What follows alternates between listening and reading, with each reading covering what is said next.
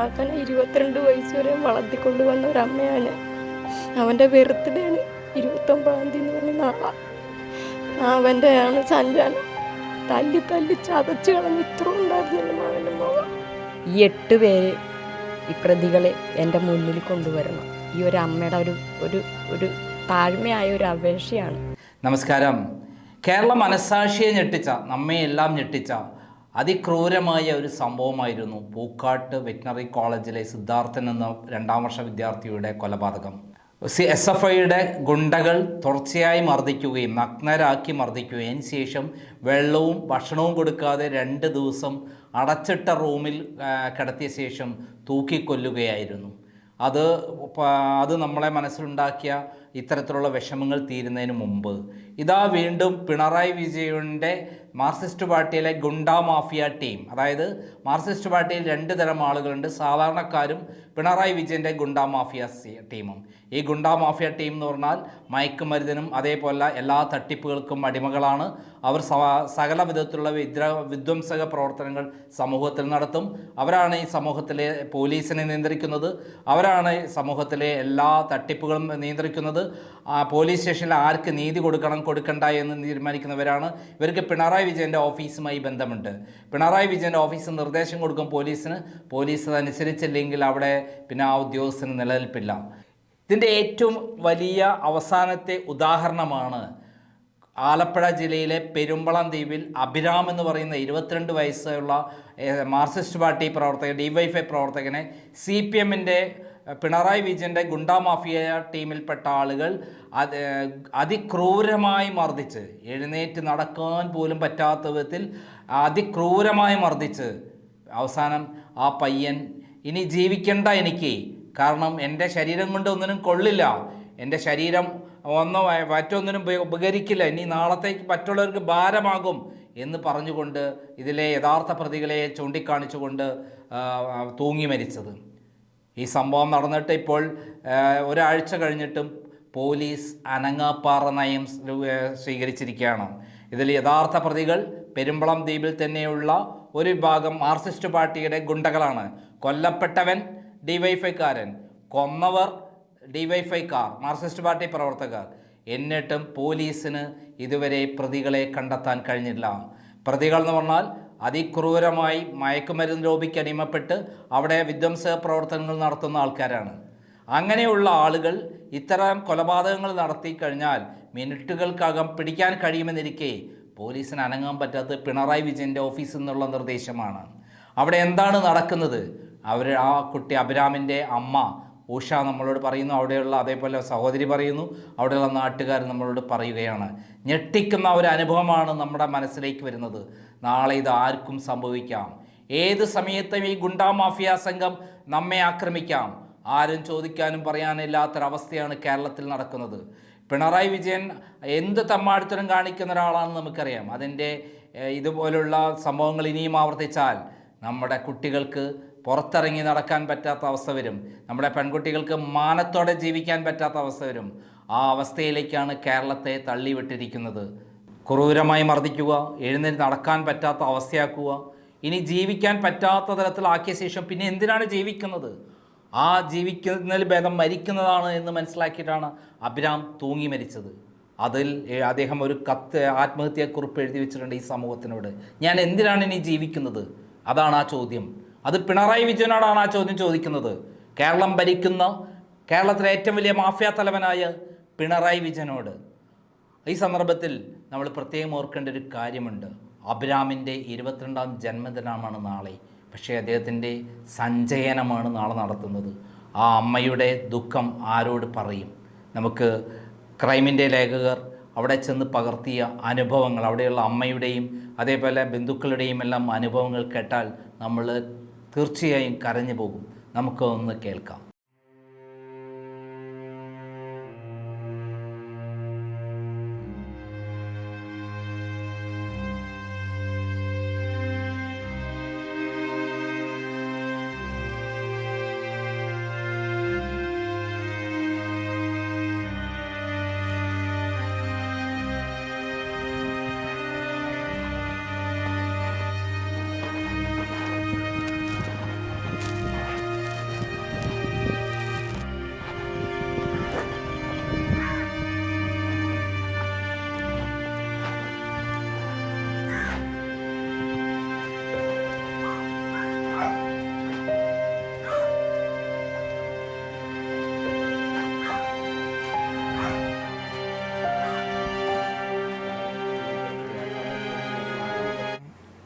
എനിക്ക് എൻ്റെ മകനെ തല്ലിയവരുണ്ട്. എനിക്ക് അവരാ എൻ്റെ മുമ്പിൽ കൊണ്ടുവരികയും വേണം. ഒരു കാലത്ത് അവർക്കൊരു നീതി മേടിച്ചു കൊടുക്കരുത്. അവൻ കാരണമാണ് എൻ്റെ മകൻ തല്ലിനിരയായി. ഒരാൾ ചോദിക്കാനുമില്ലായിരുന്നു. അങ്ങനെ ഒന്ന് നഷ്ടപ്പെട്ടു പോയി. ഞാനൊരു പാവപ്പെട്ട വീട്ടിൽ കൊച്ച, അങ്ങനെ ഞാൻ വളർത്തിക്കൊണ്ടുവന്ന കൊച്ച. ഇനി ഒരു മക്കൾക്കും ഒരു അമ്മയ്ക്കും ഇനി ഒരു കാലത്തും എന്നെപ്പോലൊരു സങ്കടക്കടലാകരുത്. ഒരു മകനെ 22 വയസ്സ് വരെ വളർത്തിക്കൊണ്ടുവന്ന ഒരമ്മയാണ് ഞാൻ. അവൻ്റെ ബർത്ത്ഡേയാണ് 29-ാം തീയതി എന്ന് പറഞ്ഞ നാളാണ്. അവൻ്റെയാണ് സഞ്ചാനം. തല്ലിനിരയായവനാണ്. തല്ലി ചതച്ച് കളഞ്ഞ് ഇത്ര ഉണ്ടായിരുന്നു എൻ്റെ മകൻ്റെ മുഖം. എന്നെ ഒരിടത്തും തൊടിയിക്കുകയോ ഒന്നും ചെയ്തില്ല. ഞാൻ ചോദിച്ചപ്പോൾ അമ്മ ആരും ചോദിക്കാൻ വന്നിട്ടില്ല. 10 മണി വരെ ഞാൻ ചോദിക്കാം. ആ 10 മണി കഴിഞ്ഞിട്ട് ഇതുവരെ. അപ്പം ഇനി ഒരു കാലം, ഇനി ഒരു കുഞ്ഞുമക്കൾക്കും ഒരിരയാകരുത് ഇവനെ എന്തോരം ഇവനെ ജയിലിൽ അടക്കുന്നതിന് മുമ്പ് ഈ 8 പേര് ഈ പ്രതികളെ എൻ്റെ മുന്നിൽ കൊണ്ടുവരണം. ഈ ഒരു അമ്മയുടെ ഒരു താഴ്മയായ ഒരു അപേക്ഷയാണ്. അമ്മ ശരിക്കും എന്താണ് സംഭവിച്ചതെന്ന് സമൂഹത്തോട് പറയാനുള്ളത്? സംഭവിച്ചത് ഈ എൻ്റെ ഒരു മകനെ തല്ലാൻ ഇവരൊരു കല്യാണ വീട്ടിൽ പോയിട്ടുണ്ടായിരുന്നു. കല്യാണ വീട്ടിൽ വെച്ച് വാക്കുതർക്കങ്ങളുണ്ടായിരുന്നു. അപ്പം ഈ മനു എന്ന് പറയുന്ന സുരേഷിൻ്റെ മകൻ മനു, അവൻ പിള്ളേരെ തല്ലി എന്ന് പറയുന്നു. ഇപ്പം നമ്മൾ കൂടെ പോകാൻ പറ്റില്ലല്ലോ മോനെ. അപ്പം അങ്ങനെ പോയപ്പോഴത്തേക്ക് ഇവനോട് പറഞ്ഞ് ഇവനെ കണ്ട്. അപ്പം ഇവൻ്റെ കൂടെ ഒരു 3 പിള്ളേർ +2 പഠിച്ചവരുണ്ടായിരുന്നു. അവർ ഒന്നും ഇവനെ ആക്രമിച്ചില്ല. 13 പേരാ മറ്റായിരുന്നു ഈ സംഘക്കാരിൽ. ഇതിൽ 3 പേര് അവനോടൊന്നും ചോദിച്ചില്ല. അപ്പം ഇവനോട് പറഞ്ഞ് ആ വീട് വഴി അവനെയും കാണിച്ച് അവൻ്റെ വീട് കാണിച്ചതാന്ന് പറഞ്ഞപ്പോൾ എൻ്റെ മാമൻ പറഞ്ഞു എനിക്കറിയില്ല, ഞാൻ അവൻ്റെ വീട് കണ്ടിട്ടില്ല, നീ കണ്ടെന്ന് കാണിച്ചു തരോളം നിന്നെ ആക്രമിച്ചുകൊണ്ടേയിരിക്കും ഞങ്ങൾ, നിന്നെ ആക്രമിച്ചുകൊണ്ടേയിരിക്കും എന്ന് പറഞ്ഞ് അപ്പം ഇല്ല, അബ്രാം കാണിക്കില്ല, അതിനെനിക്ക് സാധിക്കുകയില്ല, സാധിച്ചില്ലെങ്കിൽ നിനക്കിരിക്കട്ടെ, പിന്നെ നീ കാണിച്ചില്ലെങ്കിൽ എന്നാൾ കൂടി കിട്ടിയാലും അവൻ്റെ കഴുത്ത് ഞങ്ങൾ എടുത്തിട്ടേ പോകൂ. അപ്പോൾ ഇത് ആരെയാണ് അന്വേഷിക്കുന്നവർ? അഭിരാമിനോട് ആരെക്കുറിച്ച് ചോദിച്ചത്? മനു എന്ന് വെച്ചാൽ സുരേഷിൻ്റെ മകൻ മനു എന്ന് വെച്ചാൽ അവർ കൂട്ടുകാരാണ്. അപ്പം അവൻ പറഞ്ഞ എന്തെന്നാണ് ഞാൻ ചോദിച്ചു, മകൻ എന്തുകൊണ്ട് അവരോട് പ്രതികരിച്ചില്ല? അമ്മ പ്രതികരിക്കാഞ്ഞ കാരണം നാളെ നമ്മുടെ വീട്ടിൽ ഒരു ചേച്ചിയും ചേട്ടനും കൂടെ എന്നെ പിടിച്ചോണ്ട് പോകുന്നത് ഈ തല്ല് കണ്ട് കത്തി പെടലിക്ക് വെച്ചുകൊണ്ടാണ് എന്നെ ആ വീടിൻ്റെ വാതിക്ക് വരെയും കൊണ്ടുവന്ന് കഴിഞ്ഞപ്പോൾ അവനെ തല്ലല്ലേ ചേച്ചി മോളമ്മ ചേച്ചി പറഞ്ഞു. അത് പറഞ്ഞാലും ഇവർ തല്ലിക്കൊണ്ടായിരിക്കണം. അപ്പം എൻ്റെ വീടിനകത്ത് കയറിയ തല്ലാൻ പറ്റുമെന്ന് ചേട്ടൻ പറഞ്ഞമ്മേ. എന്നിട്ട് ഇവർ സമ്മതിച്ചില്ല, തല്ല് തന്നെയായിരുന്നു. ഞാൻ തൊഴുത് പിടിച്ചണ്ട് അവരുടെ മുന്നിൽ നിന്ന് നോക്കിയപ്പോൾ ഇവിടെ അവരുടെ അരക്കിട്ടും വാളും വടിവാളും ഒക്കെ ഇട്ടിരിക്കണം. അപ്പം വീശിയാൽ ഈ ചേച്ചിക്കിട്ടും അമ്മയ്ക്കും ഒക്കെ കൊള്ളും. ഞാനത് പ്രതികരിക്കാതിരുന്ന അവരുടെ വീട് പോകൂലല്ലോ അമ്മ എന്ന് പറഞ്ഞു. അപ്പം ഞാൻ ചോദിച്ചല്ലടം ഇവനെ എന്താണ് നീ കാണിച്ചു കൊടുക്കാൻ? അമ്മ ഒരു സ്വപ്നമല്ലേ അമ്മേ, ഒരു വീട് അവിടെ ഉണ്ടാക്കിയിട്ടേക്കണം, അതും തെല്ലുന്നിരിക്കും, ഇവനെയും കൊല്ലൂലേ അമ്മ എൻ്റെ കൂട്ടുകാരനെ. അപ്പം ഞാൻ എന്താ ചെയ്യണ്ടേന്ന് എനിക്ക് അറിയാൻ മേലാതെ. എന്തുകൊണ്ടാണ് മറ്റേ കൂട്ടുകാരനോട് ഇത്ര ശത്രുത അവർക്ക്? എന്തുകൊണ്ടാണ്? അവരൊരാളെ തല്ലി, ഒരാളെ കൂട്ടത്തിൽ തല്ലുകയും ചെയ്ത് കണ്ണട നശിപ്പിക്കുകയും ചെയ്തു. അതിലാണ് കാരണം ഉണ്ടായത്. അതാണ് വിഷയം, അതാണ് തുടക്കം. എന്നിട്ട് ഈ കൂട്ടുകാരനെ കാണിച്ചു തരാൻ വേണ്ടി അഭിരാമിനോട് പറയായിരുന്നു, കാണിച്ചു കൊടുക്കൂല എന്ന് പറഞ്ഞു. നിങ്ങൾ എൻ്റെ ജീവൻ കളഞ്ഞാലും ഞാൻ അത് കാണിച്ചു തരില്ല. അതിൻ്റെ വൈരാഗ്യമായിരുന്നു എൻ്റെ മകനെ തല്ലി ഇത് ഇത്ര ഉണ്ടായിരുന്നു എൻ്റെ മകൻ്റെ മുഖം. എവിടെ മകനെ ഒന്ന് കാണട്ടമ്മയെന്ന് ചോദിച്ചു. ഇതമ്മ കാണാനുള്ളതല്ലെന്ന് പറഞ്ഞു. അപ്പം അമ്മ ബനിയെന്നൊന്ന് ഊരമ്മ ഒന്ന് കാണട്ടെ, ഇത്തിരി ഉപ്പുവെള്ളം ചൂടാക്കി കുളിപ്പിക്കാമെന്ന് പറഞ്ഞു. അത് നടക്കില്ലമ്മയെന്ന് പറഞ്ഞു. എന്നിട്ട് ഈ 4:15 സംഭവം 10 മണി വരെ എൻ്റെ മകൻ പറഞ്ഞു ആരെങ്കിലും ചോദിക്കാൻ വരികയാണെങ്കിൽ അമ്മ ഞാൻ ഇന്നടത്തുണ്ട്. 10 മണി വരെ എൻ്റെ വീട്ടിൽ ഒരാളും ചോദിക്കാൻ വന്നില്ല. അപ്പം എൻ്റെ മകന് വളരെ പ്രയാസമായി. ഞാൻ എന്നിട്ട് ഇവനോടൊരു വാക്ക് പറഞ്ഞു, നേരം വിളിക്കട്ടെ മോനെ, ഈ തല്ലിയവൻ്റെ വീട്ടിൽ അമ്മ കൊണ്ടുപോകാം മകനെ, ഞാൻ അമ്മയുടെ അടുക്കൽ ഇല്ലമ്മ. ആ ഒരു സമാധാനം അമ്മയുടെ അഭിരാമിനുണ്ടാകിയല്ല. എനിക്ക് ഒന്നല്ലേ അവനെ തല്ലണേ, അല്ലെങ്കിൽ ചോദിച്ചെന്നാ ഈ അവൻ്റെ മുന്നിൽ എന്നെ എന്തിന് തല്ലിയെന്ന് ഇവർ ജനങ്ങൾ കൊണ്ടുപോയി ചോദിക്കണം. അതാണ് എൻ്റെ ഇത്. അല്ലാതെ എനിക്ക് വേറെ ഒരു വഴക്കും ഇല്ല. പക്ഷെ എന്നെ കണ്ടവരാരും ഒന്നും പറഞ്ഞില്ല, ഈ ചെയ്ത ഇതിലാരും ഒന്നും പറഞ്ഞില്ല. അപ്പം എനിക്ക് മനസ്സിൽ മാനസികമായിട്ടുള്ളൊരു ബുദ്ധിമുട്ട് എനിക്ക് പ്രതികരിച്ചില്ല. ഈ നാട്ടുകാർ പ്രതികരിച്ച ഒരു വിഷമം, മാനസികാവസ്ഥ ഉണ്ടായ എൻ്റെ മോന്. എന്നുവെച്ചാൽ 10 മണി വരെയും കാത്ത് ആരെങ്കിലും വരുമെന്നും പറഞ്ഞു വന്നില്ല. അപ്പം അതിൻ്റെ കാരണം എന്താന്ന്, ഞാൻ 6 മണിയാകുമ്പോൾ പോകും ചെമ്മീൻ കിള്ളാൻ, 6 മണിയാകുമ്പോൾ പോകും, 6 മണിക്ക് തിരിച്ചും വരും. ഞാൻ വരുമ്പോൾ കണ്ട സീൻ എൻ്റെ മകൻ്റെ മാനസികാവസ്ഥയും. എന്തോരം കഷ്ടപ്പെട്ടാണ് ഞാൻ അവനെ വളർത്തിക്കൊണ്ടുവന്ന, ഒരു അച്ഛനില്ലാതെ വളർത്തിക്കൊണ്ടുവന്നൊരു മകനാണ്. അപ്പോൾ എനിക്ക് അതിൽ ഒരുപാട് ഇതുണ്ട്. അപ്പോൾ എനിക്ക് അവനെ എൻ്റെ മുന്നിൽ കൊണ്ടുവരണ 8 പേര് പ്രധാനികൾ പേരെഴുതിയിട്ടുണ്ട്. അവൻ മരിച്ച ഇതിൽ കുറിപ്പ് എഴുതിയിട്ടുണ്ട്. അതിൽ 3 പേരുടെ പേരെ കൊച്ചിന് കിട്ടിയിരുന്നു, ബാക്കിയുള്ളവരെ എഴുതിയിട്ടില്ല. എന്നാൽ 8 പേരുണ്ട് ഇതിൽ നല്ല ചത കൊടുക്കാൻ. 8 പേര്. ഇതിന്റെ പിന്നിൽ ഒരാളാണ് കൂടുതൽ തല്ലിയത്. എന്നിട്ട് ആ തല്ലുകൊണ്ട് വന്നതിന് ശേഷം ആളുകൾ പ്രതികരിച്ചില്ല എന്നുള്ളതായിരുന്നു ഒരു വിഷമം ഉണ്ടായിരുന്നു. എന്താന്ന് വെച്ചാൽ ഒരാൾ ഒരിടത്തുനിന്ന് വന്ന 4 മണിക്ക് ഉണ്ടായ സംഭവമല്ലേ, ഒന്ന് ചോദിക്കാമായിരുന്നല്ലോ, ആരും ചോദിച്ചില്ല. അപ്പൊ എനിക്ക് ആരും ഇല്ലെന്നുള്ളൊരു തോന്നൽ ഉണ്ടായി. ഈ അയൽക്കാരൊക്കെ പങ്കെടുത്ത കല്യാണമായിരുന്നോ?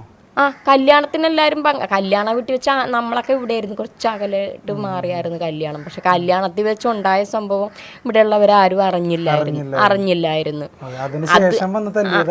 കല്യാണത്തിൽ നിന്ന് പോയി കഴിഞ്ഞ് പിറ്റേ ദിവസം, കല്യാണം കഴിഞ്ഞിട്ട് പിറ്റേ ദിവസം എന്ന് വെച്ചാൽ ഞായറാഴ്ച കല്യാണം, തിങ്കളാഴ്ചയാണ് ഈ സംഭവം നടന്നേക്കണത്. അന്നേരം കൊച്ചു പാടത്ത് കളിക്കാനിരിക്കുന്നു, കുഞ്ഞു മക്കളുമായിട്ട് പന്ത് കളിക്കാൻ. പന്തിന് വലിയ കലക്കൊരു ഇതുള്ളതാണ്. അപ്പം ആ പന്ത് കളിച്ചോണ്ടിരുന്നപ്പോഴത്തേക്ക് ഒരമ്മ വന്നിട്ടും പറഞ്ഞു, മകനെ പൊക്കോല്ല വരുന്നുണ്ട് ഇവരൊക്കെ കൂടെ. കൊച്ചെന്ത് ചെയ്തെന്നറിയാം, കുഞ്ഞുമക്കളെ പറഞ്ഞു വിട്ട് മക്കൾ പൊക്കോന്നും പറഞ്ഞു. അപ്പുറത്തൊരു സംഘം കിടപ്പുണ്ട്, അതിൻ്റെ അകത്തേക്ക് ഓടിക്കേറി.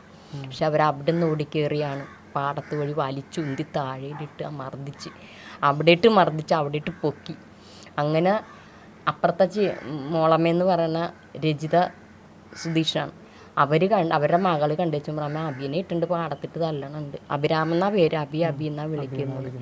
അഭിരാമിനെ തല്ലണുണ്ടമ്മയെന്ന് പറഞ്ഞു. ഇത് അയ്യോ കൊട്ടിക്കൊണ്ട് ഓടിച്ചു പിടിച്ച് വലിച്ചോണ്ട് അവരുടെ വീട് വരെ വന്നപ്പോൾ കത്തി കഴുത്തിന് വെച്ചാൽ എൻ്റെ മാന അവിടത്തോളം കൊണ്ടുപോകും. അപ്പം ഏതൊരു മക്കൾക്കും ഉള്ളിനോടൊരു ഭയമില്ലേ, കൈ തൊഴുത് പിടിച്ചോണ്ട് പറഞ്ഞ്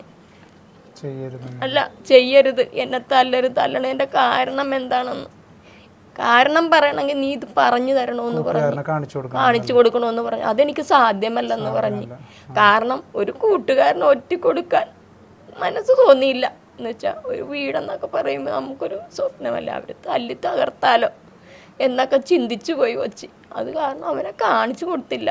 അതും പറഞ്ഞാണ് എൻ്റെ മകനെ തല്ലി ചതച്ചെന്ന് പറഞ്ഞാൽ ചതച്ചവനാ. എന്നുവെച്ചാൽ നമുക്കൊരമ്മയ്ക്ക് കാണാൻ പെടുന്ന പാട് കാണിച്ചില്ല. മറ്റെന്തെങ്കിലും പോയി എന്നെ ഞാൻ ചെയ്യാൻ പറഞ്ഞ് ചെയ്യും. അതുപോലെ ഞാനന്ന് കരഞ്ഞ സങ്കടമാണ്, എൻ്റെ അമ്മ കരഞ്ഞ എനിക്കിതായി പോകുന്നു. അങ്ങനെ വളർത്തിയതാണ്. എന്നിട്ടും ഇതിൻ്റെ ഒരു കാരണങ്ങളും ഇപ്പോൾ വരെ ഉണ്ടായില്ല. അപ്പം എനിക്ക് ഇത്ര പറയാനുള്ളു, എന്തെല്ലാം വന്നാലും ശരി ഇവരെ 8 പേരെ എൻ്റെ മുന്നിൽ കൊണ്ടുവരികയും വേണം. ഇനി ഇതുപോലെ ഇട്ടുമൂടി ഒരമ്മമാരും എന്നെപ്പോലൊരു സങ്കടക്കടലാകരുത്. ഇനി ഒരു കുഞ്ഞുമക്കൾക്കും തല പോകരുത്. അവൻ പറഞ്ഞേക്കണ എല്ലാ മക്കളെയും തലയെടുക്കുമെന്നാണ് വ്യക്തികൾ പറഞ്ഞേക്കണം. ഈ തല്ലിയവർ പറഞ്ഞേക്കണം. അതുകൊണ്ട് ഇനി ഒരമ്മമാരും എങ്ങിയേക്കരയാൻ ഒരവസരം പാടത്തുനിന്ന് തല്ലിയിട്ട് അതിനുശേഷം പിന്നെ അവിടുന്ന് നമ്മുടെ റോഡ് വരെ ആ വീട് വരെയും തല്ലി ഓരോ വാക്കുകളും പറഞ്ഞു താടാന്ന് പറഞ്ഞ് ഇവൻ ഇങ്ങനെ മിണ്ടിയല്ല. വീടൊക്കെ എത്തിക്കഴിഞ്ഞിട്ട് അവരുടെ വാദിക്കായിട്ടും കയറി തല്ലിയപ്പോൾ അവിടുത്തെ രക്ഷകർത്ത അവൻ പറഞ്ഞു ഇവിടെ ഇട്ട് തല്ലാൻ പറ്റില്ല എന്ന് പറഞ്ഞു. ഇവിടെ തല്ലാൻ പറ്റില്ല എന്ന് പറഞ്ഞപ്പോൾ അവൻ്റെ നേരെ ചൂടായി. ഇവര് മറടൊന്നും പറഞ്ഞു എന്ന് അങ്ങനെ ഉണ്ടായി. അപ്പം പിന്നെ എന്ത് പറയാനാ, പിന്നെ അവർ പെരക്കകത്ത് കയറ്റി വാലടച്ചൊരു അവിടെ ഇരുന്നെന്ന് പറയും. ഇവർ പോയെന്ന് പറഞ്ഞത് ഉന്തി തള്ളി എൻ്റെ അകത്തേക്ക് ഇട്ട് വാതിൽ അടച്ച് രക്ഷപ്പെടുത്തിയവർ. പിന്നെ അന്ന് വൈകിട്ടാണ് പുള്ളിക്ക് പിന്നെ ജീവിക്കണ്ടെന്നുള്ളൊരു നിലപാടിലേക്ക്, എന്താണെന്ന് വെച്ചാൽ ചോദിക്കാനും ആരും ഉണ്ടായാലും കൊച്ചു ഒറ്റപ്പെട്ടു പോയി എൻ്റെ മകൻ. വെച്ചാൽ ഒരമ്മ അമ്മയ്ക്കെന്ന് പറഞ്ഞാൽ നമുക്ക് നിങ്ങളിപ്പോൾ ഞങ്ങൾ വിളിച്ചപ്പോൾ എന്നുള്ളൊരു വാക്കേ ഉണ്ടാവുള്ളൂ. പിന്നെ എൻ്റെ അടുക്ക് വരാനോ എന്നെ കാണാനോ എന്നെ അമ്മയെന്ന് പറയുന്ന ഒരു പൊന്നുപോലെ എന്നെ എൻ്റെ മകനെന്നെ എൻ്റെ അമ്മ എന്നുള്ള പിന്നെ എന്നെ അന്നത്തെ ദിവസം എൻ്റെ അടുക്കേ വന്നു പോയിരുന്നു, പോക്കോണം എനിക്ക് കാണണ്ട എന്ന് പറഞ്ഞപ്പോൾ ഞാൻ ചോദിച്ചു എന്താ മോനെ ഇങ്ങനെ പറയണം, അമ്മേനെ ഭയങ്കര ഇഷ്ടമല്ലേ അമ്മ എന്ന് പറയാം. ഇഷ്ടമൊക്കെ എന്നെനിക്ക് കാണണ്ടെന്നല്ലേ ഞാൻ പറഞ്ഞത് എന്ന് പറഞ്ഞു. ഇവിടുന്ന് 10 മണിയായപ്പോൾ ചോറും മേടിച്ച് നിന്ന് കയ്യും കഴുകി ഇവിടുന്ന് പോയതാണ്. പിന്നെ ഈ ആള് കണ്ടിട്ടില്ല. പിന്നെ ഞാൻ തിരക്കിയൊക്കെ നടന്ന് ഇങ്ങനെ ഓരോ സ്ഥലം എന്ന് വെച്ചാൽ നമ്മുടെ ഒപ്പം വരാൻ വേറെ ഇല്ല. ഇതിന് വാദം കൊണ്ട് തളർന്നൊരു കൊച്ച, അതിന് വരാനൊന്നും പാടില്ല എൻ്റെ ഒപ്പം. ഞാൻ പിന്നെ രാത്രിയൊന്നും ഒരു പേടി തോന്നില്ല മോനെ, മകനെ കിട്ടണം എന്നൊരിതിൽ ഞാനും വേറൊരു കൊച്ചും കൂടെ വിളിച്ചുകൊണ്ട് പോയി ഇവൻ ഇരിക്കുന്ന സ്ഥലങ്ങളിലൊക്കെ കറങ്ങി. അന്നേരം ഒന്നും കണ്ടില്ല. പിന്നെ ഞാൻ പേടി തോന്നാതെ 3 മണിയായപ്പോഴും ഞാൻ പോയി ഒറ്റക്കൊരു വടി കൈ പിടിച്ച് എന്താ പട്ടീനെ പിടിച്ചിട്ട്. അപ്പോഴും അവിടെ ചെന്നപ്പോഴൊന്നും കണ്ടില്ല. പിന്നെ വെളുപ്പിന് ഒരു 4-ന് ഒരു 10 മിനിറ്റൊക്കെ ഉള്ളപ്പോൾ എൻ്റെ അനിയത്തിയുടെ മകനെ ഞാൻ വിളിച്ച്, മകനെ ഒന്ന് വന്നേ മോനെ, അബീനെ കണ്ടില്ല, ഒരു 11 മണിക്ക് വന്നതാണ്, ഇതുവരെ വന്നിട്ടില്ലെന്നും പറഞ്ഞു. അവനും ഞാനും കൂടെ ചെന്നായിരിക്കുന്നിടത്ത് നോക്കിയിട്ട് അന്നേരവും കണ്ടില്ല എൻ്റെ മകനെ. അപ്പോഴും ഞാൻ പറഞ്ഞു ദൈവം എവിടെ പോയേക്കണം എന്നും പറഞ്ഞ് ഞാൻ വലിയ വേല കരഞ്ഞിട്ട് ഇവന് ഒരു വീട്ടിൽ പോകും, അവിടെ പോയിരിക്കണം. അവിടെയും ചെന്നപ്പോൾ ഞാൻ ഇന്ന് അവരുടെ കൂട്ടുകാരൊന്നും ഇവിടെ ഇല്ലായിരുന്നു, ഇങ്ങോട്ട് വന്നിട്ടില്ല. ഓടിക്കതച്ചാണ് ഞാനിവിടെ വരുന്നത്. വന്നേച്ച് ഞാനിവിടെ ഇരുന്ന് കഴിഞ്ഞപ്പോഴാണ് എൻ്റെ മരുമകനോട് വന്ന് പറയണത്, എടാ അവിടത്തോളം ബാബുരാമ അവിടെ തൂങ്ങിക്കിടക്കണം. പിന്നെ എനിക്ക് എന്താ നടന്നതെന്ന് എനിക്ക് അറിയില്ല മോനെ. പിന്നെ എനിക്ക് എൻ്റെ എല്ലാ സമതലയും വിട്ടുപോയി. പിന്നെ എനിക്ക് എന്തുകൊണ്ട് ഇത്രയാണ് അമ്മച്ചിക്ക് പറയാനുള്ളത്. എവിടെയായിരുന്നു അഭിരാമത്ത് തൂങ്ങിയിരുന്നത്? ഇവിടുന്ന് കിഴക്കോട്ട് ഇറങ്ങുമ്പോൾ എന്തോ ഒരു മരവാണ്, അതുമേലായിരുന്നു. അതോടൊപ്പം തന്നെ എഴുതിയിട്ടുണ്ടായിരുന്നു കത്തെഴുതിയത് കാരണങ്ങൾ ഇങ്ങനെ അവരുടെ പേരിൽ 3 പേരെ മാത്രമേ എഴുതിയിട്ടുള്ളൂ, ബാക്കി ആര് പുള്ളിക്ക് ഓർക്കണില്ല. അതാ ഇവിടെ ഇരുന്നാ എഴുതിയത്. അപ്പം ഞാനിങ്ങനെ വാതിൽ ചാരിയിട്ടേച്ച് പടം വരക്കാറുണ്ടിരുന്നു. അപ്പം അതാണെന്നാണ് ഞാൻ ഓർത്തത്. പക്ഷെ കൊച്ചു എഴുതി എടുത്തുകൊണ്ട് കീറിക്കൊണ്ട് പോയത് ഞാൻ കണ്ടില്ല. ആക്രമികൾ ചോദിച്ച കൂട്ടുകാരൻ അതിനുശേഷം വന്നോ? കൂട്ടുകാരൻ ഇവിടെ ഉണ്ടായ അവന ഈ തല്ലാൻ നടന്ന കൂട്ടുകാരൻ മനു ഇവിടെ ഉണ്ടോ ഇല്ലെന്ന് ഞാൻ പിന്നെ എൻ്റെ മകൻ മരിച്ചു പുറത്തേക്കും ഇറങ്ങിയിട്ടില്ല. ഒരു പരിഹാരം കാണുന്നവരെ എനിക്ക് ജലവെള്ളം ഇറങ്ങില്ല എന്നുള്ളൊരു വാശിയിലാണ് ഞാൻ. കാരണം എനിക്ക് പരിഹാരം ഒന്ന് കണ്ടെത്തണമല്ല. ഇനി ഇതുപോലെ താഴ്മയായിട്ട് പോയ എന്നെ പോലെ എത്ര അമ്മമാർ കരയും മോനെ, എത്ര അമ്മമാർ കരയാനിരിപ്പുണ്ട്.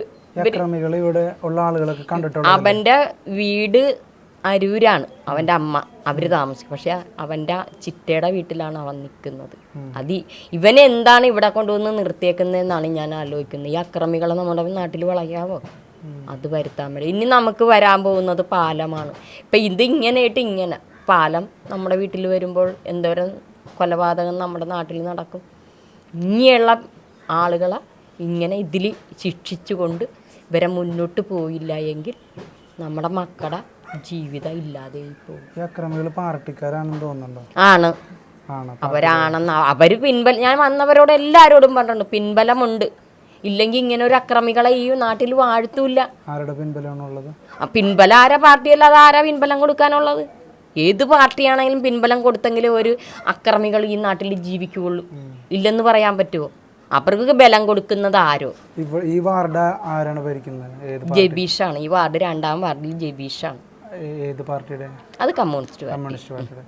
അപ്പോൾ അവരുടെ ഒരു പിന്തുണയോട് കൂടിയിട്ടാണ് ഈ അക്രമികൾ ഇവിടെ. അതിപ്പോൾ എനിക്ക് പറയാൻ പറ്റില്ല മോനെ. അവരുടെ പിന്തുണയുണ്ടോ അല്ലെങ്കിൽ കമ്മ്യൂണിസ്റ്റിൻ്റെ ഉണ്ടോ കോൺഗ്രസിൻ്റെ ഉണ്ടോ BJPയുടെ ഉണ്ടോ, ആരുടെ പിന്തുണത്തിലാണ് ഇവർ നിൽക്കുന്നതെന്ന് എനിക്കറിയില്ല. പക്ഷെ എന്തായാലും ഇനി ഇതുപോലുള്ളൊരു കാര്യം ഉണ്ടാകാൻ പാടില്ല. അത് പാടില്ല. എന്നെപ്പോലെ ഒരു അമ്മ ഏങ്ങിലടിച്ച് കരഞ്ഞ് നീ മക്കൾക്ക് വേണ്ടി ദുഃഖം ഉണ്ടാകരുത്. ഇനി അവര് അത് കഴിഞ്ഞ് അവരൊരു 8 മണി 7:45 ഇവർ വന്നിട്ടുണ്ടായിരുന്നു. ഈ തല്ലിയ പാർട്ടി 10-15 പേരുണ്ടായിരുന്നു. അവരെന്നിട്ട് നമ്മുടെ ജെട്ടിയിൽ വളഞ്ഞിട്ടുണ്ടായിരുന്നു. ജെട്ടി വളഞ്ഞ എൻ്റെ അനിയത്തിയുടെ അമ്മ പണിയും കഴിഞ്ഞ് വന്നപ്പോൾ നീ എവിടെ പോയാടാന്ന് ചോദിച്ചപ്പോൾ ഞാൻ പണിക്ക് പോകാൻ അവനെ വിട്ടേരി. അവരെ വേറെ ആരോ കാത്തു നിന്നവർ കിട്ടിയില്ല. അപ്പം എൻ്റെ മകൻ അവരുടെ പുറകെ ഓടി ഒന്നിനെങ്കിലും എനിക്ക്, പക്ഷെ കിട്ടില്ല. ഞാൻ ചോദിച്ചു മകൻ എന്താ അവിടുന്ന് തന്നെ? ഞാൻ അവർ വന്നിട്ടുണ്ടായിരുന്നു അമ്മേ വീണ്ടും എന്ന് പറഞ്ഞെന്നോട്. അവൻ ഇവിടെ കൊണ്ടുവന്ന് വിൽക്കാറുണ്ട്. അവൻ അരൂക്കാരനാണെങ്കിൽ ഇവിടെ കൊണ്ടുവന്നാണ് അവൻ വിൽപ്പന നടത്തി കഴിഞ്ഞു പോകുന്നത്. പക്ഷെ ഇനി ഒരു മക്കൾക്ക് വേണ്ട. എനിക്ക് ഇത്രയോ നിങ്ങളോട് പറയാനും കുട്ടികൾക്ക് ഇങ്ങനത്തെ എന്തെങ്കിലും അടിപിടിയൊക്കെ കിട്ടിയിട്ടുണ്ടോ? പിന്നെ ഇവിടെ ഇവിടെ തുടർച്ചയായിട്ട് ഇങ്ങനെ തല്ലും ബഹളവും ഒക്കെ ഉള്ളതാണ്. ഈ സംഘം തന്നെ ഈ ആൾക്കാർ തന്നെ വന്ന് തല്ലിയും വഴക്കുണ്ടാക്കി. ഇനി തല്ലാനൊരു പിള്ളേരില്ല ഈ 2ാം വാർഡിൽ. എന്നിട്ടും പ്രതികരിക്കാത്തത് കൊണ്ടുള്ള പ്രശ്നങ്ങളാണ്. പോലീസിലും എല്ലാത്തിനും പരാതി നമ്മൾ കൊടുക്കുന്നുണ്ട്. പിന്നെ മറ്റുള്ള സ്ഥലങ്ങളിൽ പരാതി കൊടുത്തു. ഇതിന് 3 കൊല്ലമായിട്ട് ഈ പരാതിക്ക് ഒന്നും ഇവർ മുൻകൈ എടുത്തിട്ടില്ല. ഇവരിത് കഴിയെ ഒരു പോലീസ് ഉദ്യോഗസ്ഥൻ, അയാൾ പെൻഷനായി വന്നിരിക്കുന്നതാണ് രാമേന്ദ്രൻ എന്ന് പറയുന്നത്. ആ വീട്ടിൽ പണിത് നിന്ന കുട്ടിയെ ഇവരാക്രമിച്ച് വന്ന് അവരെ തെറ്റ് തീർത്തത് എങ്ങനെയെന്നറിയാവോ? 10,000 രൂപയിൽ അടക്കി തീർത്തു. വന്നവർക്ക് കൊടുക്കേണ്ട ഗതി വന്നു. 10,000 രൂപ തല്ലിയ പിള്ളേർക്ക് തല്ല് കൊണ്ട പിള്ളേർ കൊടുക്കേണ്ടി വന്നു. 10,000 രൂപ ഒത്തുതീർപ്പാക്കിയത് അല്ല, പാർട്ടിയൊക്കെ കൂടി തീരുമാനിച്ച് അങ്ങനെ 10,000 രൂപ കെട്ടിവെച്ചാണ് അത്. ഈ പിള്ളേർ തല്ലാതെ വീണ്ടും നമുക്ക് ഒരു ഉത്സവം വന്നാൽ, വേറെ എന്തെങ്കിലും ആഘോഷം വന്നാലും നമുക്ക് പോകാൻ പറ്റാത്ത അവസ്ഥ. മക്കളും ഇല്ലേ, ഒരിടത്തും പോയില്ല ഉത്സവം വന്നിട്ട്. പോകാഞ്ഞ കാരണം ഇവരെ പേടിച്ചിട്ടാ. ഇവിടെ ഇലക്ഷന് വോട്ട് ചെയ്യാൻ പോയില്ല എന്ന് പറയുന്നുണ്ടായിരുന്നു, അത് ശരിയാണ്? അല്ല, പോയി. എല്ലാവരും എല്ലാം വിളിച്ചു പറഞ്ഞു, നിങ്ങൾക്ക് പരിഹാരം കണ്ടെത്തിക്കോളാം, നിങ്ങൾ വോട്ട് ഇതൊന്നും നിങ്ങൾ മുടക്കരുത്. തീരുമാനം ഉണ്ടായിരുന്നു. എല്ലാ അമ്മമാരും എൻ്റെ മക്കളെ കൂട്ടുകാരെല്ലാവരും തീരുമാനിച്ചു വോട്ട് കൊടുക്കില്ല എന്ന് പറഞ്ഞായിരുന്നു. അപ്പൊ ഇവർ പറഞ്ഞു ഞങ്ങൾക്ക് 5 മണിക്കുള്ളിൽ വോട്ടുമ്പോൾ 6 മണി വരെ കൊണ്ട് 5 മണിക്കുള്ളിൽ ഞങ്ങൾക്ക് വിവരം അറിയണം, ഇല്ലെങ്കിൽ വോട്ടിന് വരില്ല എന്ന്. അങ്ങനെ വേണ്ടപ്പെട്ടവർ എനിക്ക് അറിയില്ല കേട്ടോ, വേണ്ടപ്പെട്ടവർ വിളിച്ചു പറഞ്ഞിട്ട് എല്ലാവരും പോയി വോട്ട് ചെയ്തു. 2 ദിവസത്തിനുള്ളിൽ എല്ലാം ശരിയാക്കി തരാം എന്ന് പറഞ്ഞു. അതിന്റെ നടപടികൾ പറഞ്ഞോ? വന്നവര് പറയണത് ഇപ്പൊ ഇലക്ഷൻ കഴിഞ്ഞല്ലേ ഉള്ളൂ, നമുക്ക് പോലീസുകാരൊന്നും വന്നിട്ടില്ല, നമുക്ക് നടപടി എടുക്കാം, നമുക്കിത് വന്നിട്ടില്ല. അപ്പൊ ഇലക്ഷനാണ്, അതുകൊണ്ട് പോലീസുകാരൊന്നുമില്ല. പിന്നെ നമുക്ക് പോസ്റ്റ്മോർട്ടം റിപ്പോർട്ട് ചൊവ്വാഴ്ചയാണ് കിട്ടണത്, അപ്പോഴത്തേക്കും എത്തുമെന്നാണ് പറഞ്ഞത്. പക്ഷെ ഇനി ഒരു പിള്ളേർക്കും ഈ ഗതി ഉണ്ടാവരുത് എന്ന് മാത്രമല്ല, എൻ്റെ ആങ്ങളൊക്കെ വന്ന ഗതി മറ്റൊരു പിള്ളേർക്ക് ഇനി വരരുത് എന്നൊരു ഇത് മാത്രമേ ഉള്ളൂ ഞങ്ങൾക്ക് ഉണ്ടായിരുന്ന ആകെ ഒരു തണലായിരുന്നു. ആകെ ഒരു അച്ഛനില്ലാത്ത മകനവനെ എനിക്ക് അതിഞ്ഞി അവൻ നഷ്ടപ്പെട്ടു പോയിട്ട് എനിക്ക് ആരും 1 രൂപയുടെ പണിയെടുത്തോണ്ട് വന്നവരും ഈ വാദം കൊണ്ട് തളർന്നു കിടക്കണതിനെ കൊണ്ട് എന്താകും? എന്ത് തരാൻ പറ്റും എനിക്ക്? ഇവരിഞ്ഞി എന്ത് പ്രഖ്യാപിച്ചാലും എനിക്ക് ഇത് ഒരു മകനെ തരാൻ പറ്റുമോ? എനിക്ക് തരാൻ പറ്റുമോ? നാളെ 22 വയസ്സ് അവന് തികയണേന്. ഭയങ്കര വിഷമമാണ് ഞങ്ങൾക്ക്. നാളെ അവൻ്റെ സഞ്ചാരം മാറ്റ് ഞങ്ങൾ എങ്ങനെ സഹിക്കണമെന്ന് പറയാം. എനിക്ക് പാടില്ലാത്തതാ. എൻ്റെ മോളെ നാളെ നോക്കേണ്ടത് അവനാണ്. അപ്പോൾ ഞങ്ങൾ എന്താ ചെയ്യേണ്ടത്? ഞങ്ങൾക്ക് പ്രതികളെ കിട്ടണം, അത്രയേ ഉള്ളൂ. അവർക്ക് വേണ്ട ശിക്ഷ നിയമം കൊടുക്കണം, കൊണ്ടുവരുകയും വേണം. അവരെ ശിക്ഷിച്ചിട്ടുണ്ടെങ്കിൽ അവരെ ഇനി പുറം ലോകം കാണിക്കുകയും ചെയ്യരുത്. ഇനി മറ്റുള്ളവർക്ക് ഇങ്ങനെ എന്താന്ന് വെച്ചാൽ ഇനിയും നമ്മുടെ മക്കൾ വളർന്നു വന്നില്ലേ, അവർക്കൊരിതാകരുത്. വില്യാടായത് എൻ്റെ മകൻ. അതുകൊണ്ട് അത്രേ എനിക്ക് പറയാനുള്ളൂ. ഞാൻ ഇന്ന് 8 ദിവസമായി വെള്ളമില്ലാതെ എൻ്റെ മകനെ ഓർത്ത് ദുഃഖിച്ച് കിടക്കണം, ഈ കട്ടിലേന്ന് ഇറങ്ങാതെ. നാളെയാണ് ബർത്ത്ഡേ അല്ലേ? നാളെയാണ്, ഏപ്രിൽ 29 ജനനം. അന്നാണ്. അപ്പം എന്നോട് ഒരു വാക്കുണ്ട്, അമ്മ കുറേ പിള്ളേരുണ്ട് അമ്മ എനിക്ക്, അമ്മ പായസമൊക്കെ വെച്ച് അവർക്ക് വരുമ്പോൾ സ്വീകരിക്കണം കേട്ടോ, അവർ വരും. ഞാൻ പറയാം ഓക്കെ മകൻ എന്ത് പറഞ്ഞാലും അമ്മ അതിനൊരു ഇത് കുറവില്ലാത്തതല്ലേ, ഞാൻ ചെയ്തോളാം. അപ്പം ഞാനെന്താ കേക്ക് മേടിക്കാൻ സെപ്പറേറ്റ് പറഞ്ഞാൽ മതിയല്ല, കേക്ക് മേടിച്ചിട്ട് വരുന്നൊരു സെപ്പറേറ്റ് ആയിക്കോട്ടെ, അത് ഞാൻ പറയാതിരുന്നു മകന് വേണ്ടി. അപ്പം അമ്മയുടെ മനം എന്തെങ്കിലും കാണും, അത് പൊക്കോട്ടെ എന്നും പറഞ്ഞ് സന്തോഷിച്ചിരിച്ച് തുള്ളിക്കളിച്ച് പോയ മോനെ ഇല്ലാതെ ഒരു നിമിഷം മുമ്പ് ഇല്ലാതെ പോയത്. അതെനിക്ക് സഹിക്കാനോ താങ്ങാനോ പറ്റും. ഇതിനിവർ നടപടി എടുത്തില്ല എങ്കിൽ ഇനിയുള്ള അമ്മമാരും ഇത് തന്നെയായിരിക്കും ജീവിതം. ഏത് രാഷ്ട്രീയക്കാരാണെങ്കിലും അതിൻ്റെ മുന്നിൽ കളിക്കാതെ ഇതിന് മുന്നോട്ടിറങ്ങി വന്ന് ഈ കൊലയാളികളെ പിടിക്കണമെന്ന് മാത്രമേ ഞാൻ പറയുള്ളൂ. എന്നുവെച്ചാൽ ഇങ്ങനെയുള്ളവരെ ഒരു കാലത്തും നമ്മൾ വെച്ച് പൊറപ്പിക്കാൻ കൊള്ളുകയില്ല. കാരണം നമുക്ക് ഇനിയും നമ്മുടെ മക്കൾ വളരാനുണ്ട്. ഇച്ചിരിക്കില്ലാത്ത ഏതാണ്ട് 5-8 വയസ്സുള്ള ഒരു കൊച്ചിൻ്റെ കോളറെ കുടിച്ചിട്ട് അവൻ്റെ വീട് കാണിക്കുമെന്ന് പറഞ്ഞു, അവൻ ഓടിക്കളഞ്ഞു. എനിക്കറിയില്ല ഏട്ടാന്നും പറഞ്ഞുകൊണ്ട്. അതുപോലെ എൻ്റെ മകൻ ഓടാൻ പറ്റില്ല, കാരണം എല്ലാവരും കൂടെ ആക്രമിച്ചപ്പോഴത്തേക്ക് ഒരു കൈ പൊക്കാൻ മേലാത്തൊരവസരത്തിലായിപ്പോയി. അങ്ങനെ തളരണ കുട്ടിയല്ല അവൻ. പക്ഷെ അവൻ അതിലായി. തല്ലിയപ്പോ ചോദിക്കാൻ വന്ന ചേട്ടന്റെ കോളറെ കയറി പിടിച്ചവര്. അത് ഈ മെമ്പറും വേറെ ആരോ കൂടി ചെന്നപ്പോ രണ്ടാമത് ചെന്ന് ചേട്ടന്റെ കോളറെ കയറി പിടിച്ചവര്. എന്നിട്ട് ചൂടായി. മെമ്പർ ഒപ്പം ഉണ്ടായിരുന്നു. മെമ്പർ ഒപ്പം ഉണ്ടായിരുന്നു. എന്നിട്ട് മെമ്പറാണ് പറഞ്ഞിട്ട് കൊണ്ടുപോയത് അങ്ങാട്ട്. പോടാന്നൊക്കെ പറഞ്ഞ അങ്ങോട്ട് കൊണ്ടുപോയത്. ആക്രമിക്കാൻ വന്നവരാ. അവരെയും തട്ടി തകർത്ത് അവരെ കോളറിന് ചിക്കി താൻ ആരാടോന്ന് ചോദിച്ചു. മെമ്പറിനെ അല്ല, മെമ്പറിന്റെ കൂടെ രാജീവ് എന്ന് പറഞ്ഞ. അപ്പൊ അവരെ പോലും അവർക്കൊരു ഇതില്ല അല്ലേ? ഇതില്ല. അത് കാരണം പിന്നെ അവർ ചോദിക്കാനായിട്ട് വന്നില്ല. അവർ കണ്ടു നിൽക്കുന്ന ആളുകളല്ലേ. അങ്ങനെയും ഉണ്ടായി സംഭവം. അമ്മയുടെ പേരെന്താണ്? ഉഷ. ഉഷ. അപ്പോൾ അച്ഛനെ എപ്പോഴാണ് മരിക്കുന്നത്? അച്ഛൻ മരിച്ചതല്ല, അച്ഛൻ ഇട്ടിട്ട് പോയതാണ്. എന്ന് വെച്ചാല് 3 മാസം ഗർഭമായപ്പോ പോയതാണ്. അപ്പോൾ 22 കൊല്ലമായി. കൊല്ലത്തിനകം ജീവിക്കണ ഒരു ജീവിതമാണ് ഞാൻ. എത്ര മക്കളാണ്? 2 മക്കളേ ഉള്ളു. ഇത് മൂത്തത്, മറ്റേത് ഇളയത്. ചേച്ചിയുടെ പേരെന്താണ്? എൻ്റെ പേര് ഷീജ. ഷീജ. അപ്പോൾ അന്ന് മുതൽ അമ്മ വളർത്തിക്കൊണ്ടുവന്ന മകനാണ്. അന്ന് മുതൽ വളർത്തണമെങ്കിൽ എന്തോരം ഈ അമ്മ കഷ്ടപ്പെട്ടിട്ടുണ്ടെന്ന് ചോദിച്ചു. ഒരു അച്ഛൻ്റെ പണിയെടുത്തിട്ടും ഒരു അമ്മയുടെ പണിയെടുത്തും ജീവിച്ച് വളർത്തിയ ഒരു അമ്മയാണ് ഞാൻ. അപ്പം എനിക്കിതിനൊരു മോചനം ഇല്ലെങ്കിൽ പിന്നെ ഞാൻ എന്തിന് ജീവിച്ചിരിക്കണം? പിന്നെ എൻ്റെ മരണമായിരിക്കും ഈ വീട്ടിൽ. അല്ലെ എൻ്റെ കുടുംബസഹിതം ഞങ്ങൾ മരിക്കും. ഇതിനൊരു പരിഹാരം കണ്ടെത്തിയതല്ല. അല്ലാതെ ഞങ്ങളുടെ ജീവനം എടുക്കണമെന്നുള്ള വാശിയിലാണ് ഞങ്ങൾ ഇരിക്കുന്നത്. കാരണം എൻ്റെ ആങ്ങളൊക്കെ നീതി കിട്ടിയില്ലെങ്കിൽ ഇനി ഞങ്ങൾ ജീവിച്ചിരുന്നിട്ട് കാര്യമില്ല. അവരുടെ ആത്മാവിനെങ്കിലും ആ മോക്ഷം കിട്ടണമല്ലോ. അവൻ കൂട്ടുകാർക്ക് വേണ്ടിയിട്ടാണ് ചെയ്തേക്കണം. അപ്പോൾ ഇനി വരുന്ന ഒരു പിള്ളേർക്കും ഈ അവസ്ഥ ഉണ്ടാവാതിരിക്കാൻ ഞങ്ങൾ മുന്നിട്ടിറങ്ങിയാണ്. ഇനി ഇതിനൊരു പരിഹാരം ഉണ്ടായില്ലെങ്കിൽ ഞങ്ങളുടെ കുടുംബ സമീപമായിരിക്കും. നോട്ട് കൊടുത്തും പണം കൊടുത്തും അവരെ സ്വാധീനിച്ചവർ തള്ളാനാണ് പ്ലാനെങ്കിൽ അത് നടക്കില്ല. ഇത് നടക്കാതിരിക്കണമെങ്കിൽ എല്ലാവരും ഇനിയിപ്പോൾ പാർട്ടി നോക്കണ്ട, രാഷ്ട്രീയം നോക്കണ്ട, എല്ലാ രാഷ്ട്രീയക്കാരും കൂടെ ഒത്തു നിന്നിട്ട് ഇവരെ ഒന്ന് പിടിക്കണമെന്ന് ഞാൻ പറഞ്ഞു. ഇപ്പം നമ്മൾ ഇലക്ഷനിൽ നിന്ന് ജയിച്ചത് ആരാ ജയിക്കാത്ത ആരാന്നൊന്നും നമുക്ക് പറയാൻ പറ്റില്ല. അപ്പം അത് നീ അവർക്ക് കൊടുത്തോണ്ടല്ലോ എന്നാൽ അവരങ്ങനെ ഇടട്ടെ എന്ന് പറയാൻ പാടില്ല. ഈ രാഷ്ട്രീയത്തിൽ ഒപ്പം നിന്നുകൊണ്ട് ഈ ക്രമങ്ങൾ പിടിച്ച് ഇവരെ ഇനി ഒരു കുഞ്ഞുങ്ങൾക്കും പാടില്ല. കാരണം ഞാൻ കഷ്ടപ്പെട്ടതുപോലെയാണ് മറ്റുള്ള അച്ഛനമ്മമാർ കഷ്ടപ്പെട്ടത്. അതെനിക്ക് പറയാനുള്ളൂ മക്കളെ. ഞാൻ അതിരും വേണ്ട. ഞാൻ ഇന്നത്തേക്ക് 8 ദിവസമായി ഉമിനീരും വെള്ളം ഇല്ലാതെ കിടപ്പ് തുടങ്ങിയിട്ട്. കഴിക്കാൻ പറ്റാണ്ട് അവന് കൊടുത്തിട്ടാണ് ഞാൻ കഴിക്കണത്. ഇപ്പം നിങ്ങളെ വളർത്തിക്കൊണ്ട് നിങ്ങളുടെ അച്ഛനമ്മ എന്തോരം വേദനിച്ചിട്ടുണ്ട്. അപ്പം 2 പേരും കൂടെ കഷ്ടപ്പാട് ചെയ്യുന്നിടത്തല്ലേ ഒരമ്മ കഷ്ടപ്പെട്ട് വളർത്തിക്കൊണ്ട് വന്ന. അപ്പം അമ്മയ്ക്ക് ഒരുപാട് വേദനയില്ലേ? ഈ തല്ലുന്നവനെ വേദനിക്കൂല. അതുപോലെ തന്നെ ആയിരിക്കണം. എൻ്റെ മകനെ എങ്ങനെ നൊമ്പരപ്പെടുത്തിയിട്ടുണ്ടോ അതുപോലെ. അപ്പം ഈ 8 പേരെ എൻ്റെ മുന്നിലും കൊണ്ടുവരണം. എന്നിട്ട് എന്തെങ്കിലും ഒരു തല്ലുപിടുത്തത്തിന് പോയവനാണെങ്കിൽ ശരി, അവൻ തല്ലിയിട്ടാണെന്ന്. ഇത് നീ വായ്മനസ് പറയാത്തവനാ, നീ ഒന്നും ചെയ്തിട്ടില്ല, നീ വീട് കാണിച്ചു തന്നാണ്. ഇതാണ് ഇവരുടെ വാക്യം. തല്ല് ഇത് ഇത്ര മുഴുപ്പുണ്ടായിരുന്നു. ഇവിടെ അടിച്ചതാണ്. അടിക്കും തോറും ഇവൻ ഇങ്ങനെ കാണിച്ചു കൊടുത്തോണ്ടിരിക്കുകയായിരുന്നു. അവൻ്റെ മൊബൈൽ 15 രൂപ കൊടുത്തേ പിന്നെ ഞാൻ മൊബൈൽ കിട്ടി. അത് അമ്മ ചെമ്മീങ്കിൽ ലോണ് മേടിച്ച് കൊടുത്തതാണ്. എൻ്റെ കാശ് പോലും അടഞ്ഞ 5-6 മാസങ്ങൾ വഴി തല്ലി നിലത്തിട്ട് അടിച്ച് പൊട്ടിച്ച് കളഞ്ഞത്. അറിയാവോ? അതെന്തായിരുന്നെങ്കിലും ഇല്ലേ എൻ്റെ മകനെ ഒന്ന് വിളിക്കാമായിരുന്നു എനിക്ക്. അതുപോലും ഇല്ലായിരുന്നു. അതുവരെ നശിപ്പിച്ച് കളഞ്ഞവർ. ഇനി എന്നും ഞാൻ ആ കടം വീട്ടും, എന്നും ഞാൻ ആ കടം വീട്ടിക്കൊണ്ടുവരും.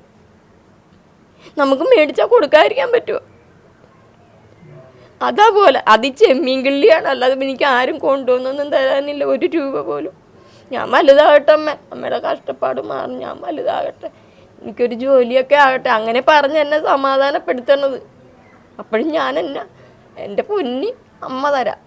അമ്മക്ക് മകൻ വലുതാകുമ്പോൾ അമ്മക്ക് തന്നാ, അങ്ങനെ വളർത്തിക്കൊണ്ട് വന്ന. അപ്പം ഞാൻ എങ്ങനെ സഹിക്കണമെന്ന് നിങ്ങൾ പറയാം. എല്ലാവരും എന്നെ ആസ്വദിക്കുന്നുണ്ട്. ഞാൻ എങ്ങനെ സഹിക്കണമെന്ന് പറയാം. ഒരമ്മ എങ്ങനെ സഹിക്കണം? ഒരച്ഛനില്ലാതെ ഇത്രയും ചെറു പ്രായം മുതൽ ഇങ്ങനെ വളർത്തിക്കൊണ്ടുവന്നെങ്കിൽ തല്ലാൻ എല്ലാവർക്കും കഴിയില്ലേ? അതിന് വളർത്തിക്കൊണ്ടുവന്നെങ്കിൽ എന്തോരം കഷ്ടപ്പാടുണ്ട്. എനിക്കത് സഹിക്കാൻ പറ്റില്ല. ഏത് രാഷ്ട്രീയക്കാരും ഇതിന് പുറകോട്ട് പോകാതെ എല്ലാവരും കൂടെ ഒത്തു നിന്നുകൊണ്ട് ഇതുങ്ങളെ പിടിച്ച് ഇതിലടച്ച് എൻ്റെ മുന്നിൽ കൊണ്ടുവരണം. എങ്കിലേ എൻ്റെ സങ്കടം തീരുവുള്ളൂ. എൻ്റെ മുന്നിൽ കൊണ്ടുവരണം. അല്ല എന്നെ അവനെ കൊണ്ടൊന്നും അവിടെ കാണിച്ച് പോലീസുകാരും കൊണ്ട് പോകാൻ പറ്റിയൊന്നുമില്ല. അവനായിട്ട് എനിക്ക് 4 വാക്ക് ചോദിക്കണം. അതേ എനിക്ക് പറയാനുള്ളത്. അല്ലാതെ വെറുതെ വിട്ടിട്ട് എന്തേ ഞാൻ അവരോട് ചെന്നിട്ടുണ്ടായിരുന്നു അങ്ങനെ വിട്ടിട്ട് കാര്യമില്ല. നമ്മുടെ അമ്മമാർക്കൊക്കെ ഒരു സന്തോഷം വേണം. മക്കളെ പഠിക്കാൻ പോകാൻ വിടാൻ മേല. എല്ലാവരും ഒളിവ് വഴിയാണ് പഠിക്കാൻ പോകണം. പഠിക്കണടുത്തിട്ടൊക്കെ കൊണ്ടുവന്ന് അടിക്കുക. ഈ കഴിഞ്ഞിട്ട് 2 പിള്ളേർ പഠിക്കാൻ പോയി, അതുങ്ങളെ ജെട്ടി കൊണ്ട് അടിച്ച്. എന്നിട്ട് എന്താ പറ്റും? ഇപ്പം ഇന്ന് പഞ്ചായത്തിൽ പറഞ്ഞു, വേണ്ടടുത്ത് പറഞ്ഞു, അതിനൊന്നും ഒരു തീരുമാനം ഉണ്ടായില്ല. ഇതാണ് നിലപാട് ഇവിടുത്തെ. ഈ നിലപാട് ഇനി മാറ്റിപ്പിടിക്കണം. എന്നിട്ട് നല്ലൊരു നിലപാടിലേക്ക് നമ്മുടെ മക്കളെ നീക്കം ചെയ്യണം. അമ്മയ്ക്ക് അത്രേ പറയാനുള്ളൂ. ഇനി അമ്മയ്ക്ക് ഒന്നും പറയാനില്ല. എല്ലാത്തിനും ഇരുന്ന് വരയാണ്. നല്ലോണം വരയ്ക്കുമായിരുന്നല്ലേ? നല്ലപോലെ വരയ്ക്കുമായിരുന്നു. അവന് രാത്രിക്ക് ഇതാണ് അവൻ്റെ ഏറ്റവും ഇഷ്ടമുള്ള കാര്യം. പക്ഷെ അന്ന് ഇതുപോലെ ഈ ബുക്ക് എടുത്തു. അപ്പോൾ നമ്മുടെ വിചാരം പടം വരയ്ക്കാനായിരുന്നു എന്ന് ഓർത്തു. പക്ഷേ അവൻ മരണക്കുറിപ്പ് എഴുതാനായിരുന്നെന്ന് നമുക്കറിയില്ലായിരുന്നു. നല്ലപോലെ പടം വരയ്ക്കാനും അതുപോലെ തന്നെ പോസ്റ്റർ എല്ലാം ചെയ്യുമ്പോൾ പഠിക്കാനും നല്ല കഴിവൊക്കെ. ഇതാണ് പുള്ളിയുടെ ഏറ്റവും ബെസ്റ്റ് ഫ്രണ്ട്. ബെസ്റ്റ് ഫ്രണ്ട്സിന്റെ പടങ്ങളാണല്ലേ കൂടുതൽ അനിയനാണെന്ന്. പക്ഷേ ഇത് അനിയനെ പോലെ കാണുന്നതാണ്. ഏറ്റവും കൂടുതൽ ഇഷ്ടമുള്ള ചെക്കനാണത്. അതായത് ഇതാണ് മണിക്കുട്ടൻ, ഏറ്റവും കൂടുതൽ ഇഷ്ടം. പിന്നെ ഇത് പിള്ളേര് പുള്ളിക്ക് ബർത്ത്ഡേ ഗിഫ്റ്റ് ഒക്കെ കൊടുത്തത് ഈ പിള്ളേരായിരുന്നു. ഈ ചേട്ടനും പിന്നെ ഈ ചേട്ടനും പിന്നെ ഈ ചേട്ടനും കൂടി ആ ഗിഫ്റ്റ് ഒക്കെ. അത് കഴിഞ്ഞ ദിവസം ബൂത്തൂര് സ്പീക്കറാണ് വാങ്ങിച്ചു കൊടുത്തത്. കുഞ്ഞു പിള്ളേരാണ്, അവരാണ് വാങ്ങിച്ചു കൊടുത്തത്. ഈ പിള്ളേരൊക്കെ ഫ്രണ്ട്സ് ആണ്.